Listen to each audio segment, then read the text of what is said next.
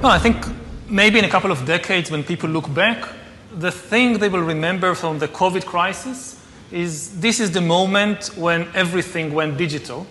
And if this was the moment when everything became monitored, that we agreed to be surveyed all the time, not just in authoritarian machines, but even in democracies.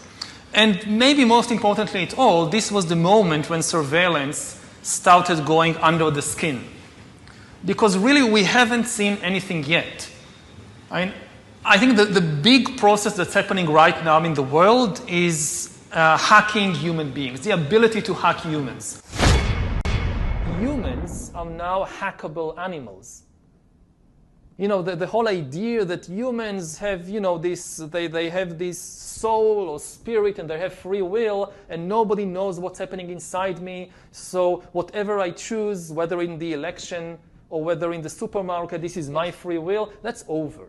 Free will, that's over. There's a joint report from the government of the UK and Germany about transhumanism. Mm-hmm.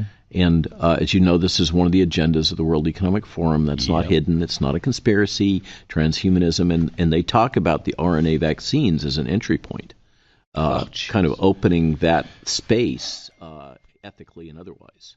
So that's part of the push for why these particular products is it relates to that transhumanism agenda. And explain for anybody who doesn't know, transhumanism, explain it, break it down.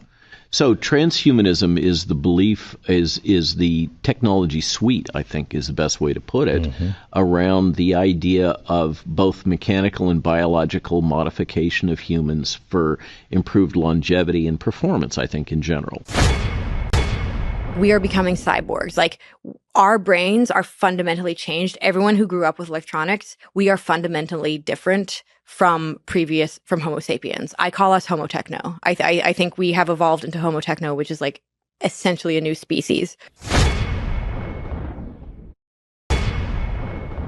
When we look at vaccines, they were the miracle of this epidemic. They saved millions of lives, but they can be far better. We need to invent easier to deliver vaccines that are just a patch you put on your arm or something that you inhale. We need vaccines that actually block infections. In this case, there were lots of breakthrough infections. We need vaccines that are broad spectrum, so they work against most of the emerging variants, which we did not have this time. And we also need factories that are standing by so we can build enough vaccines for the entire world within 6 months. Now, our foundation, the Gates Foundation, is very involved in vaccines, the invention of new vaccines, funding vaccines, and we're very proud that through joint efforts like Gavi, that saved tens of millions of lives. So it's somewhat ironic to have somebody turn around and say, no, you know, we're using vaccines to kill people or to make money, or, you know, we started the pandemic, even some strange things like that I somehow want to track, you know, the location of individuals because I'm so deeply desirous to know where everybody is.